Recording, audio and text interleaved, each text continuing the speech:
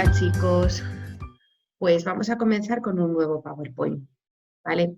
Vamos a hablar de las necesidades específicas de apoyo educativo, pero nos vamos a ceñir a la parte de identificación. Vamos a comenzar.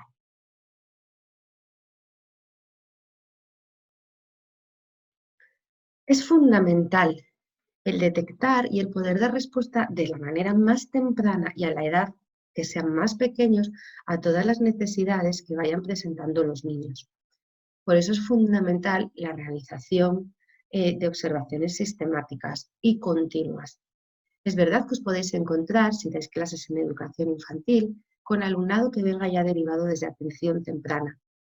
Va a ser alumnado que ya tendrá un diagnóstico que normalmente siempre ha solicitado un pediatra. Muchos de esos niños ya vienen con unos apoyos establecidos pues, de fisio, de logopedia, que luego, una vez que sean matriculados ya en un centro educativo, pasan a depender de dicho centro educativo. Lo que pasa que a través del orientador se establecerán las coordinaciones específicas y suficientes para poder aplicarle y que esos niños ya tengan desde el comienzo de su escolaridad los apoyos que necesitan. Es necesario que diferenciéis entre ACNEAE o NEAE y NEE. Los ACNEAE son los alumnos con necesidades específicas de apoyo educativo y dentro de ellos englobamos diversas tipologías. Una de ellas es la de los NEE. Cuando hablamos de NEAE, lo que estamos haciendo referencia son aquellos alumnos que necesitan una atención distinta a la ordinaria. Van a presentar pues, necesidades educativas especiales, dificultades de problemas de aprendizaje, altas capacidades, diversas modalidades. Pero es la categoría general. Dentro de ellos sí que es verdad que encontramos diversas tipologías y una de ellas es la de necesidades educativas especiales. La legislación hace referencia a aquel alumnado que va a necesitar en un periodo de su escolarización o a lo largo de todo ese periodo, determinados apoyos y atenciones específicas que se deriven de esa discapacidad o de ese trastorno grave de conducta que tenga. ¿Vale? Entonces, no os liéis. La casa grande serían los NEAE y las habitaciones son las diversas tipologías y dentro de ellas, que las vamos a ver a continuación, estarían los NEE.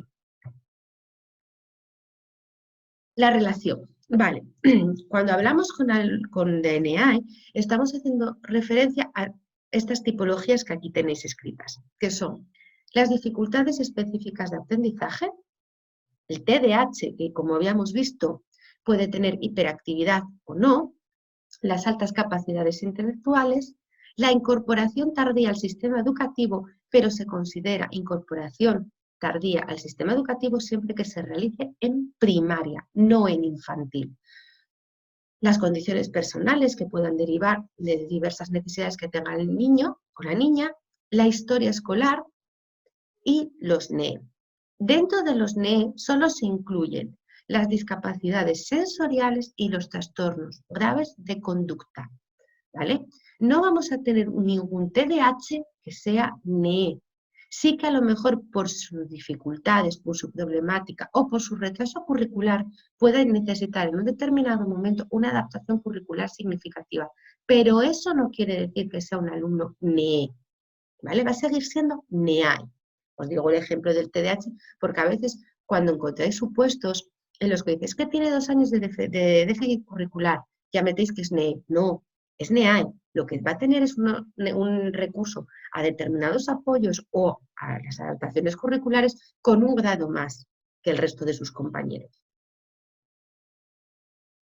Dentro de las dificultades específicas de aprendizaje nos encontramos las siguientes tipologías: dislexia o dificultades de lectura, disgrafía o dificultades de escritura, discalculia o acalculia, que hacen referencia a los problemas en relación al área de las matemáticas, y las dificultades específicas del lenguaje oral, ¿vale?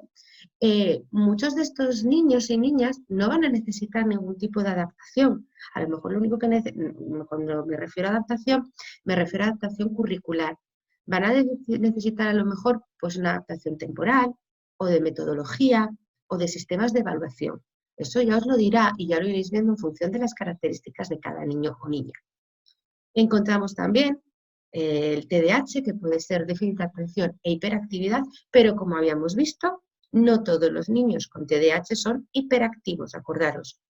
Encontramos también el alumnado de altas capacidades, incorporación tardía al sistema educativo, condiciones personales e historia escolar. ¿Vale?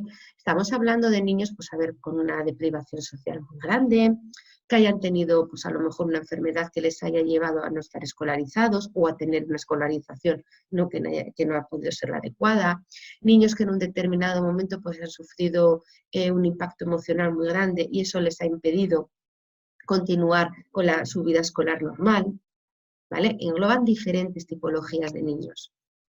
Y luego llegamos a los alumnos con necesidades educativas especiales. Encontramos dos tipologías, discapacidad sensorial y trastorno grave de conducta. Dentro del trastorno grave de conducta encontramos estrictamente el alumnado que tiene problemas de comportamiento, por decirlo de alguna manera, para que me entendáis por dónde va esta parte de conducta, y el alumno TEA, trastorno del espectro autista. Se engloba dentro de los problemas de conducta, no porque vayan a ser niños que tengan por qué tener un problema de mal comportamiento, sino porque afecta a todo ese campo de las relaciones, ¿vale? Y luego, dentro de la discapacidad sensorial, encontramos las 4 tipologías que pueden ser: motórica, visual, auditiva y cognitiva. Un niño con una discapacidad auditiva va a ser ya de por sí alumno NEE. A lo mejor luego solo necesita una adaptación metodológica o de acceso por el audífono que utiliza, pero su tipología es NEE. Eso quiere decir que, por supuesto, va a ser NEAL. ¿Cómo se lleva a cabo un proceso de diagnóstico? Lo primero que necesitamos es la observación, no la observación solo del tutor, sino la observación del resto de docentes que trabajan con ese niño e incluso en muchos casos será necesaria la observación por parte de la familia, que serán los primeros que hayan encontrado algún tipo de problema.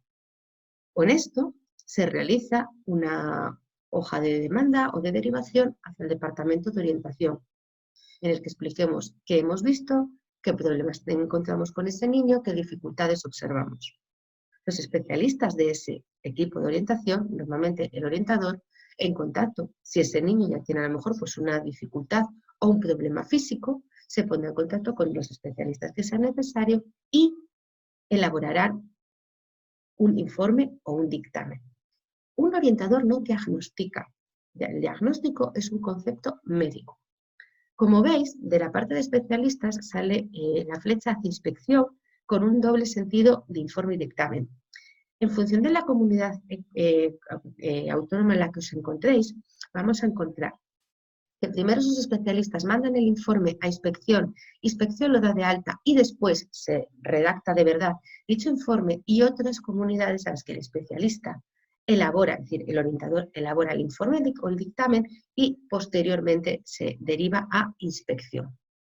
También es verdad que en función de la comunidad autónoma en la que os encontréis, en algunas comunidades es prescriptivo la firma de las familias para que el orientador lleve a cabo dicho trabajo con ese alumnado, y otras comunidades en las que lo que se solicita es una información a las familias.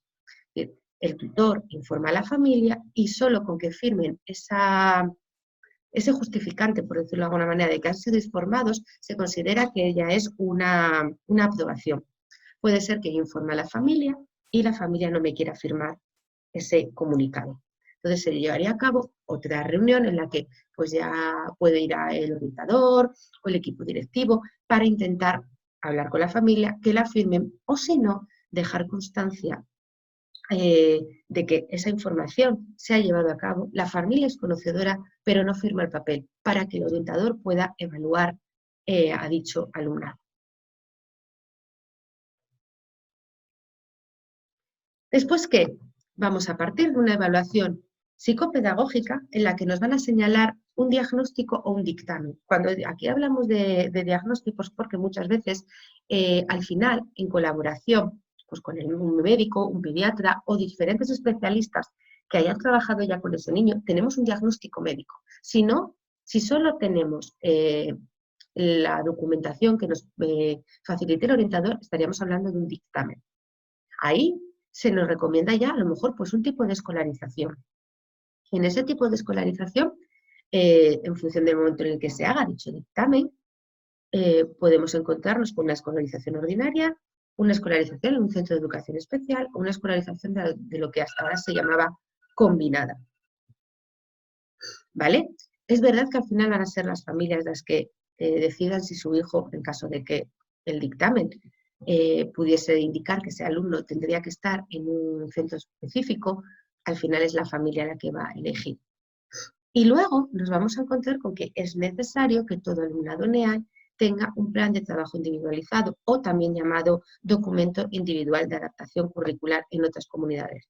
Es elaborado siempre por el tutor, pero es necesario que además colaboren con él otros especialistas. Y nos vamos a encontrar con diferentes medidas de trabajo. Encontraremos adaptaciones de acceso o curriculares. Dentro de las adaptaciones de acceso también podemos hablar de adaptaciones metodológicas, adaptaciones de evaluación o ya en sí las adaptaciones curriculares en las que se priorizan o se eliminan o se aumentan objetivos contenidos en función de la necesidad de nuestro alumno y se establecerán los apoyos que dicho alumno vaya a tener. Aquí vais a encontrar